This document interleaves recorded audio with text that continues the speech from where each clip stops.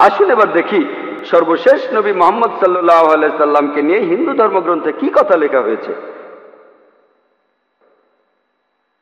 ভবিষ্য পুরাণায় উল্লেখ আছে 3 নম্বর পর্ব, 3 নম্বর খণ্ড, 3 অধ্যায়, 10 থেকে 27 নম্বর শ্লোক। বলা হয়েছে যে ম্লেচ্ছরা তারা আরবের ভূমিকে অপবিত্র করেছে, আর্য ধর্মকে সেখানে খুঁজে পাওয়া যায় না। এখানে কিছু শত্রু ছিল যারা অতীতে পরাজিত হয়েছে, কিন্তু এখন আরো শক্তিশালী শত্রু উপস্থিত হয়েছে। আমি একজন মানুষকে পাঠাবো যার নাম হবে মুহাম্মদ সাল্লাল্লাহু আলাইহি সাল্লাম। তিনি এই শত্রুদের ধ্বংস করবেন আর মানুষকে সুপথে পরিচালিত করবেন। হে ভোজ রাজা, তুমি কখনোই সেখানে যাবে না যেখানে পিশাচদের রাজত্ব, কারণ আমি আমার করুণা দিয়ে তোমাদের হৃদয়কে পবিত্র করব। তখন দেবদূতের মতো একজন মানুষ তিনি রাজার সামনে আসলেন আর বললেন, হে রাজা, আমাকে এখানে পাঠিয়েছেন ঈশ্বর পরমাত্মা। আর্য ধর্ম পৃথিবীতে বিরাজ করবে, যে ধর্মটা সত্য, দ্বীনুল হক, সেটা পৃথিবীতে বজায় থাকবে। আমাকে এখানে পাঠিয়েছেন ঈশ্বর পরমাত্মা, যাতে মাংসভোজীদের বিশ্বাসকে প্রতিষ্ঠা করা যায়। আমার অনুসারীরা হবে সেই লোকেরা যারা সুন্নতে খাতনা করবে, আর তাদের মাথার উপরে কোনো টিকি থাকবে না।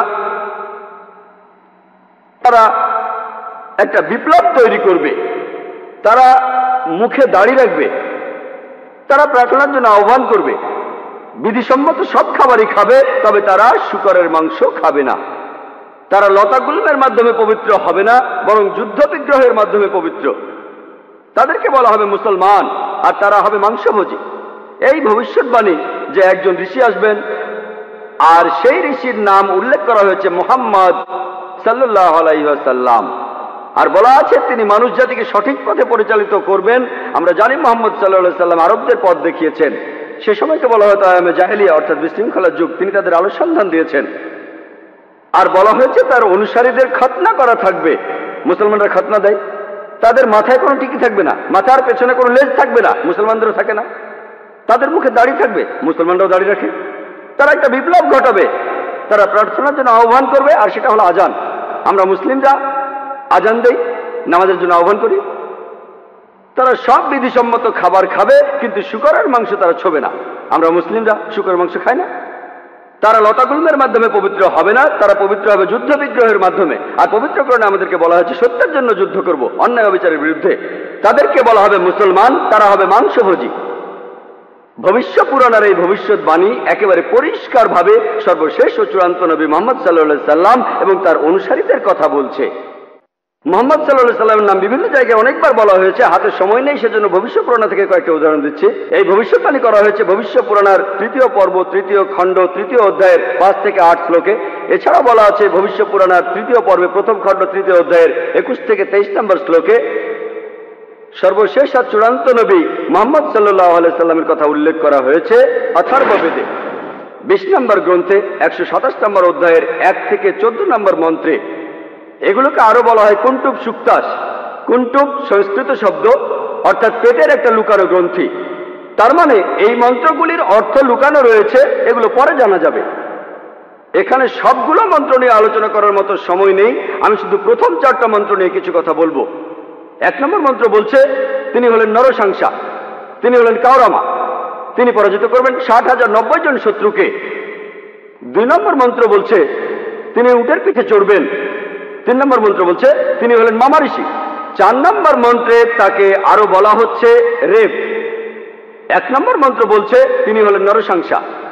নরসাংসা শব্দটা এসেছে নর থেকে, অর্থাৎ কোনো ব্যক্তি বা একজন লোক। আর সাংসা অর্থ প্রশংসা, কারো প্রশংসা করা। তাহলে নরসাংসা অর্থ যে ব্যক্তিকে প্রশংসা করা হয়।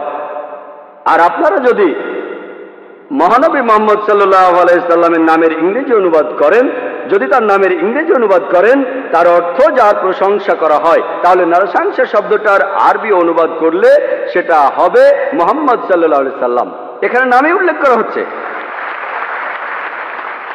এরপর বলা হচ্ছে তিনি হলেন কাওরামা। এই কাওরামা শব্দটার একটা অর্থ সংস্কৃতিতে হলো শান্তির রাজপুত্র। আর মুহাম্মদ সাল্লাল্লাহু আলাইহি সাল্লাম শান্তির রাজপুত্র ছিলেন। আরেকটা অর্থ হলো যে বিদেশে যায়। হযরত মুহাম্মদ সাল্লাল্লাহু আলাইহি সাল্লাম হিজরত করেছিলেন মক্কা থেকে মদিনায়, তিনি বিদেশে গিয়েছিলেন। এছাড়া প্রথম মন্ত্রে আছে তিনি 60,090 জন শত্রুকে পরাজিত করবেন। আর সে সময় মক্কায় যেসব লোকজন থাকতো তাদের মধ্যে যারা নবীজির বিরুদ্ধে ছিল তাদের সংখ্যা আনুমানিকভাবে 60,000 জন। 2 নম্বর মন্ত্র বলছে যে তিনি উটের পিঠে চড়বেন। কোন ইন্ডিয়ান ঋষি, কোন ব্রাহ্মণই কখনো উটের পিঠে চড়বেন না, কারণ মনুস্মৃতিতে বলছে 11 নম্বর অধ্যায়ের 202 নম্বর অনুচ্ছেদে বলা হয়েছে একজন ব্রাহ্মণকে কোনো গাধা বা উটের পিঠে চড়তে নিষেধ করা হয়েছে। এতে বোঝা যাচ্ছে ইনি কোনো ইন্ডিয়ান ঋষি নন। 3 নম্বর মন্ত্র বলছে তিনি মামা ঋষি। মামা অর্থ মহা, অর্থাৎ মহান ঋষি। আর এছাড়াও অন্যান্য ধর্মগ্রন্থ বলছে সেটা মোহাম্মদ ঋষি। 4 নম্বর মন্ত্র বলছে তিনি হলেন রেব। রেব অর্থ যিনি প্রশংসা করেন। আর মুহাম্মদ সাল্লাল্লাহু আলাইহি ওয়াসাল্লামের আরেকটা নাম হলো আহমদ সাল্লাল্লাহু আলাইহি ওয়াসাল্লাম, অর্থাৎ যিনি প্রশংসা করেন। তাহলে নবীজির এই অন্য নামটা, এই আহমদ শব্দটার সংস্কৃত করলে পাবেন রেব। আর এ কথাটাই রয়েছে অথর্ববেদে। এই মন্ত্রগুলি কুন্টুব সুক্তাস, এই মন্ত্রগুলি শুধু একজনকে নির্দেশ করছে, তিনি সর্বশেষ চূড়ান্ত নবী মুহাম্মদ সাল্লাল্লাহু আলাইহি ওয়াসাল্লাম। আমি কয়েকটা ভবিষ্যৎবাণীর কথা বলবো, এছাড়াও আরো আছে। মুহাম্মদ সাল্লাল্লাহু আলাইহি ওয়াসাল্লাম, তার কথা বলা হয়েছে অথর্ববেদে 20 নম্বর গ্রন্থের 21 নম্বর অনুচ্ছেদের 6 নম্বর পরিচ্ছেদে বলা হয়েছে যে একজন কারু, সে পরাজিত করবে 10,000 শত্রুকে কোন রকম যুদ্ধ ছাড়াই। এখানে আহজাবের যুদ্ধের কথা বলা হচ্ছে, খন্দকের যুদ্ধের কথা পবিত্র কোরআনে সূরা আহজাবে আছে। আর কারু সংস্কৃত ভাষায় এর অর্থ যে ব্যক্তি প্রশংসা করে, যেটা মুহাম্মদ সাল্লাল্লাহু আলাইহি সাল্লামের দ্বিতীয় নাম আহমেদের অনুবাদ। যে ব্যক্তি প্রশংসা করে, এখানে বলা হচ্ছে যে ব্যক্তি প্রশংসা করে অর্থাৎ আহমদ, তিনি 10,000 শত্রুকে পরাজিত করবেন কোনো যুদ্ধ ছাড়া।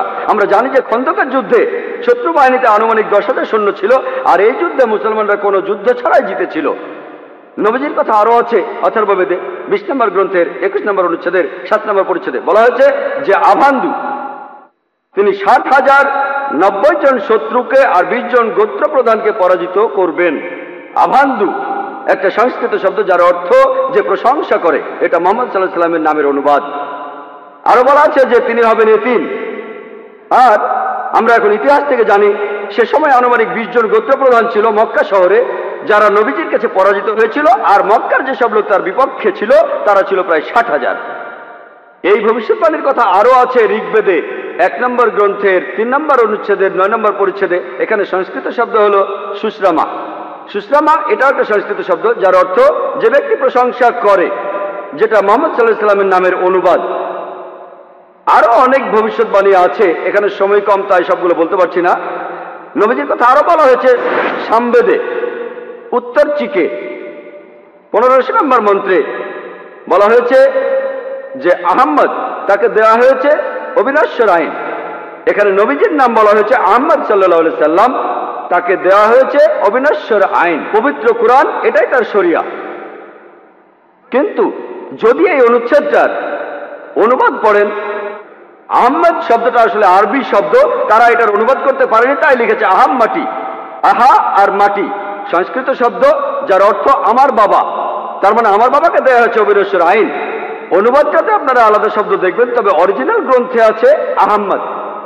এই আহমদ শব্দটা হিন্দু ধর্মের অন্যান্য গ্রন্থগুলোতেও রয়েছে, যেমন আছে সামবেদে ইন্দ্র 2য় অধ্যায়ের 152 নম্বর মন্ত্রে নবীজিকে আহমদ বলে ডাকা হয়েছে যজুর্বেদে 31 অধ্যায়ের 18 অনুচ্ছেদে, ঋগ্বেদের 8 নম্বর গ্রন্থের 6 নম্বর অনুচ্ছেদের 10 নম্বর পরিচ্ছেদে। এছাড়া মহানবী সাল্লাল্লাহু আলাইহি সাল্লামকে বলা হয়েছে আহমদ, সেটা আছে অথর্ববেদের 8 নম্বর গ্রন্থের 5 নম্বর অনুচ্ছেদের 16 নম্বর পরিচ্ছেদে। এছাড়াও আছে অথর্ববেদের 20 নম্বর গ্রন্থের 126 অনুচ্ছেদের 14 পরিচ্ছেদে। মহানবী সাল্লাল্লাহু আলাইহি সাল্লামকে শুধু আহমদ নামে ডাকা হয়নি, আহমদ উনার একটা নাম, তাকে আরো বলা হয়েছে নরসংসা অনেক জায়গায়, হিন্দু ধর্মগ্রন্থের অনেক জায়গায়। আর আমি আগেও বলেছি যে নরসংসা শব্দটা এসেছে নর থেকে, যার অর্থ একজন মানুষ বা একজন ব্যক্তি। আর সংসা যার অর্থ প্রশংসা, প্রশংসা করা। তাহলে নরসংসা অর্থ যে ব্যক্তির প্রশংসা করা হয়। এটাই হলো সর্বশেষ চূড়ান্ত নবী মুহাম্মদ সাল্লাল্লাহু আলাইহি সাল্লামের নামের সঠিক ইংরেজি অনুবাদ। নবীজিকে হিন্দু ধর্মের গ্রন্থগুলিতে অনেক জায়গায় নরসংসা বলে ডাকা হয়েছে। ঋগ্বেদের 1 নম্বর গ্রন্থের 13 নম্বর অনুচ্ছেদের 3 পরিচ্ছেদে, ঋগ্বেদের 1 নম্বর গ্রন্থের 18 অনুচ্ছেদের 9 পরিচ্ছেদে, ঋগ্বেদের 1 নম্বর গ্রন্থের 106 নম্বর অনুচ্ছেদের 4 পরিচ্ছেদে, ঋগ্বেদের 1 নম্বর গ্রন্থের 142 নম্বর অনুচ্ছেদের 3 পরিচ্ছেদে, ঋগ্বেদের 2 নম্বর গ্রন্থের 3 অনুচ্ছেদের 2 পরিচ্ছেদে, ঋগ্বেদের 5 নম্বর গ্রন্থের 5 অনুচ্ছেদের 2 নম্বর পরিচ্ছেদে, ঋগ্বেদের 7 নম্বর গ্রন্থের 2 অনুচ্ছেদের 2 নম্বর পরিচ্ছেদে, ঋগ্বেদের 10 নম্বর গ্রন্থের 64 অনুচ্ছেদের 3 পরিচ্ছেদে, ঋগ্বেদের 10 নম্বর গ্রন্থের 182 নম্বর অনুচ্ছেদের 2 নম্বর পরিচ্ছেদে, যজুর্বেদের 21 নম্বর অধ্যায়ের 31 অনুচ্ছেদে, যজুর্বেদের 21 নম্বর অধ্যায়ের 55 নম্বর অনুচ্ছেদে, যজুর্বেদের 20 নম্বর অধ্যায়ের 37 অনুচ্ছেদে, যজুর্বেদের 20 নম্বর অধ্যায়ের 57 নম্বর অনুচ্ছেদে, যজুর্বেদের 28 অধ্যায়ের 2 অনুচ্ছেদে, যজুর্বেদের 28 অধ্যায়ের 19 অনুচ্ছেদে, যজুর্বেদের 28 অধ্যায়ের 42 নম্বর অনুচ্ছেদে। এখানে শুধু রেফারেন্সগুলোই অনেকক্ষণ বলা যাবে। যেখানে নবী মুহাম্মদ সাল্লাল্লাহু আলাইহি সাল্লামের নাম উল্লেখ করা হয়েছে তাকে বলা হয়েছে নরশংসা, অনেক জায়গায় বলা হয়েছে হিন্দু ধর্মগ্রন্থের। শুধু হিন্দু ধর্মগ্রন্থে মুহাম্মদ সাল্লাল্লাহু আলাইহি সাল্লাম সম্পর্কে কি বলা আছে তার উপরই আমি একটা লেকচার দিতে পারবো। আমি শুধু আরেকটা ভবিষ্যৎবাণীর কথা বলবো কল্কি অবতার সম্পর্কে। আর নবীজিকে কল্কি অবতার বলা হয়েছে ভগবত পুরাণায় 12 নম্বর খণ্ড 2 নম্বর অধ্যায় 18 থেকে 20 নম্বর শ্লোকে বলা হয়েছে তিনি জন্মগ্রহণ করবেন যার ঘরে তার নাম বিষ্ণু ইয়াস, একজন মহাপ্রাণ ব্যক্তি যিনি শাম্বালা শহরের প্রধান, এবং তাকে যে নামে ডাকা হবে সেটা হলো কল্কি। 19 আর 20 নম্বর মন্ত্র বলছে যে তিনি হবেন এই পৃথিবীর সর্বময় প্রভু। তার থাকবে কিছু অসাধারণ চারিত্রিক গুণাবলী এবং তার থাকবে 8টি বিশেষ বৈশিষ্ট্য। তাকে দেয়া হবে একটি বাহন, একটি ঘোড়া, দেবদূত নিয়ে আসবে, আর তিনি একটি ঘোড়ায় চড়বেন, তার হাতে থাকবে তরবারি, তিনি শত্রুদের পরাজিত করবেন আর ফেরেশতারা তাকে সাহায্য করবে। এছাড়াও বলা আছে ভগবত পুরাণায় 1 নম্বর খণ্ডে 3 নম্বর অধ্যায়ের 25 নম্বর শ্লোকে যে তিনি জন্মগ্রহণ করবেন কলিযুগে। কল্কি অবতার জন্ম নেবেন কলিযুগে, যে সময় রাজারা ব্যবহার করবে ডাকাতের মতো। আর তিনি জন্মগ্রহণ করবেন বিষ্ণু ইয়াসের ঘরে এবং তার নাম হবে কল্কি। একই কল্কি অবতারের নাম উল্লেখ করা হয়েছে কল্কি পুরাণায় 2 নম্বর অধ্যায়ের 4 অনুচ্ছেদে। বলা হয়েছে যে তিনি জন্মগ্রহণ করবেন বিষ্ণু ইয়াসের ঘরে। কল্কি পুরাণা 2 নম্বর অধ্যায়ের 5 অনুচ্ছেদে বলছে তাকে সাহায্য করবে তার 4 জন সহচর তার ধর্ম প্রচার করতে। কল্কি পুরাণা 2 নম্বর অধ্যায়ের 7 অনুচ্ছেদে বলা হচ্ছে যে দেবদূতরা তাকে যুদ্ধক্ষেত্রে সাহায্য করবে। কল্কি পুরাণা 2 নম্বর অধ্যায়ের 11 অনুচ্ছেদে বলছে যে তিনি জন্মগ্রহণ করবেন বিষ্ণু ইয়াসের ঘরে এবং সুমতির গর্ভে। আর কল্কি পুরাণা 2য় অধ্যায়ের 15 অনুচ্ছেদ বলছে যে তিনি মাদল মাসের প্রথম অর্ধাংশে জন্ম নেবেন। শুধুমাত্র কল্কি অবতারের উপরে একটা লেকচার দেওয়া যায়, আমি এখানে সংক্ষেপে একটা পয়েন্ট বলছি। এই ভবিষ্যৎবাণী এগুলো বলছে 1 নম্বর পয়েন্ট, বলা হয়েছে যে কল্কি অবতার তার বাবার নাম সেটা হবে বিষ্ণু ইয়াস। বিষ্ণু ইয়াসের অর্থ দাঁড়াবে যে বিষ্ণুর উপাসনা করে, যে ঈশ্বরের উপাসনা করে। আর আমাদের প্রিয় নবী মুহাম্মদ সাল্লাল্লাহু আলাইহি সাল্লামের বাবার নাম ছিল আব্দুল্লাহ।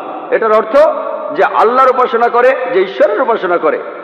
2 নম্বর পয়েন্ট, কল্কি অবতার যে মায়ের গর্ভে জন্মাবে তার নাম হবে সুমতি। যদি আপনি সুমতি শব্দটার ইংরেজি অনুবাদ করেন অর্থ দাঁড়াবে শান্তি। আর আমাদের নবীজির মায়ের নাম ছিল আমিনা, যার ইংরেজি অর্থ করলে দাঁড়ায় শান্তি। এরপরে বলা হয়েছে তিনি যেখানে জন্মাবেন সেই গ্রামের নাম হবে শাম্বালা। শাম্বালা শব্দটার অনুবাদ করলে অর্থ দাঁড়াবে একটি শান্তিপূর্ণ এলাকা। আমরা জানি মুহাম্মদ সাল্লাল্লাহু আলাইহি সাল্লাম মক্কায় জন্মেছিলেন। মক্কার আরো একটা নাম ছিল দারুল আমান, অর্থাৎ কোনো একটি শান্তিপূর্ণ এলাকা। তাহলে একথাও বলা আছে যে তিনি মক্কায় জন্মাবেন। এছাড়াও বলা আছে যে তিনি জন্মগ্রহণ করবেন শাম্বালা শহরের প্রধানের ঘরে। আমরা জানি যে তিনি মক্কার প্রধান ব্যক্তির ঘরে জন্মেছিলেন। কুরাইশ গোত্রে জন্মেছিলেন। আরো বলা আছে তিনি মাধব মাসের প্রথম অর্ধাংশে 12 তারিখে জন্মাবেন। আমরা জানি যে মুহাম্মদ সাল্লাল্লাহু আলাইহি সাল্লাম রবিউল আউয়াল মাসে প্রথম অর্ধাংশে জন্মেছিলেন 12 তারিখে। এই ভবিষ্যৎবাণী যে তিনি মাধব মাসের 12 তারিখে জন্মাবেন, এটার অর্থ রবিউল আউয়াল মাসের 12 তারিখে। এছাড়া আরো বলা আছে যে এই কলকি অবতার তিনি হবেন সর্বশেষ ঋষি। ঠিক এই কথাটাই কোরআনে আছে, সূরা আহজাবের 40 নম্বর আয়াতে উল্লেখ করা আছে যে মা কানা মুহাম্মাদুন আবা আহাদিন মির রিজালিকুম ওয়ালাকিন রাসূলুল্লাহ ওয়া খাতামুন নবিয়্যিন ওয়া কানা আল্লাহু বিকুল্লি শাইইন আলিমা। এর অর্থ মুহাম্মদ সাল্লাল্লাহু আলাইহি সাল্লাম তোমাদের মধ্যে কোনো পুরুষের পিতা নহেন, বরং তিনি হলেন আল্লাহর রাসূল এবং তিনি হলেন এই পৃথিবীর চূড়ান্ত নবী, তিনি শেষ নবী। নিশ্চয়ই আল্লাহ সর্ববিষয়ে জ্ঞাত। আরো বলা আছে যে এই কলকি অবতার জ্ঞান আরোহণ করবেন পরশুরামের কাছ থেকে, অর্থাৎ মহান স্রষ্টা। একটা পাহাড়ের উপর আমরা জানি মুহাম্মদ সাল্লাল্লাহু আলাইহি সাল্লাম প্রথম আয়াতটা তিনি পেয়েছিলেন গারে হেরায়, জাবলে নূরে, অর্থাৎ নূরের পাহাড়ে, গারে হেরায়। এখানে আরো বলা আছে যে তিনি এরপর উত্তরে গিয়ে আবার ফিরে আসবেন। আমরা জানি মুহাম্মদ সাল্লাল্লাহু আলাইহি সাল্লাম মক্কা থেকে উত্তর হিজরত করে মদিনায় গিয়েছিলেন, তারপর মক্কা জয় করে ফিরে এসেছিলেন। আরো বলা আছে যে এই কলকি অবতার তিনি পুরো পৃথিবীর মানুষের জন্য একটি দৃষ্টান্ত। তার চরিত্র হবে একেবারে নিষ্কলঙ্ক। আল্লাহ পবিত্রকরণে বলছেন, সূরা কালামের 4 নম্বর আয়াতে উল্লেখ করা আছে যে অবশ্যই তুমি অধিষ্ঠিত হইবে সর্বোচ্চ মহান চরিত্রে। এছাড়াও বলা আছে যে কলকি অবতারের 8টি বিশেষ গুণ থাকবে। কলকি পুরাণা এবং ভাগবত পুরাণায় এই 8টি বিশেষ গুণ হল জ্ঞান, আত্মসংযম, অভিজাত বংশ, রিভিল নলেজ, সাহস, দানশীলতা, মহানুভবতা আর পরিমিত কথা। আর নবী মুহাম্মদ সাল্লাল্লাহু আলাইহি সাল্লামের এই 8টা গুণের সবগুলোই ছিল। এছাড়া আরো বলা আছে যে তিনি হবেন এই পৃথিবীর শিক্ষক। আল্লাহ পবিত্রকরণে বলছেন, আর সূরা সাবার 28 নম্বর আয়াতে উল্লেখ করা আছে, ওয়ামা আরসালনাকা ইল্লা কাফাতাল লিন-নাস বাশীরা ওয়া নাযীরা। আমি তো তোমাকে সমগ্র মানব জাতির জন্য প্রেরণ করিয়াছি তাহাদের সংবাদদাতা ও সতর্ককারী রূপে, কিন্তু অধিকাংশ মানুষই তাহা জানে না।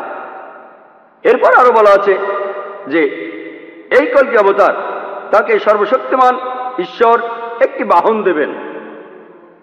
আমরা জানি মুহাম্মদ সাল্লাল্লাহু আলাইহি সাল্লাম তিনি বোরাকে চড়েছিলেন, বোরাকে চড়ে তিনি মেরাজে গিয়েছিলেন, আল্লাহর কাছে গিয়েছিলেন।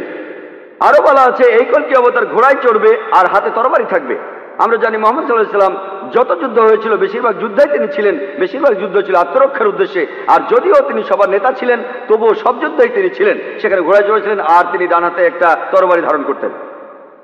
এরপর আরো বলা আছে যে এই কলকি অবতারকে সাহায্য করবে 4 জন সহচর, যাতে সত্যের ধর্ম তিনি প্রচার করতে পারেন। বোঝাই যাচ্ছে এখানে বলা হচ্ছে 4 খলিফার কথা, খোলাফায়ে রাশিদিন, হযরত আবু বকর, হযরত ওমর, হযরত ওসমান, হযরত আলী, আল্লাহ তাদের সবার উপর সন্তুষ্ট হন। পরে তারা হয়েছিলেন খোলাফায়ে রাশিদিন, সঠিক নির্দেশ পালনকারী ইসলামের খলিফা, ইসলামকে ছড়িয়ে দিয়েছেন। আরো বলা আছে যে এই কলকি অবতার শত্রুকে পরাজিত করবে আর মানুষকে সঠিক পথে নিয়ে আসবে। আমরা জানি মুহাম্মদ সাল্লাল্লাহু আলাইহি ওয়াসাল্লাম শত্রুকে পরাজিত করেছিলেন, আর আরবদের তিনি আয়ামে জাহেলিয়া থেকে, অজ্ঞতার যুগ থেকে সত্যের পথে এনেছিলেন। আরেকটা কথা বলা আছে যে দেবদূতরা তাকে যুদ্ধের ময়দানে সাহায্য করবে। আমরা জানি মুহাম্মদ সাল্লাল্লাহু আলাইহি ওয়াসাল্লামকে ফেরেশতারা বিভিন্ন যুদ্ধে সাহায্য করেছিলেন, যেমন বদরের যুদ্ধে। পবিত্র কোরআনেও আছে, সূরা আল ইমরানের 123 থেকে 25 নম্বর আয়াতে উল্লেখ আছে। এছাড়াও সূরা আনফালের 8 এবং 9 নম্বর আয়াতে উল্লেখ আছে। তাহলে এই কলকি অবতারের ভবিষ্যৎবাণীর সাথে আর কাউকে মেলানো যায় না, শুধু মেলানো যায় সর্বশেষ ও চূড়ান্ত নবী মুহাম্মদ সাল্লাল্লাহু আলাইহি ওয়াসাল্লামকে।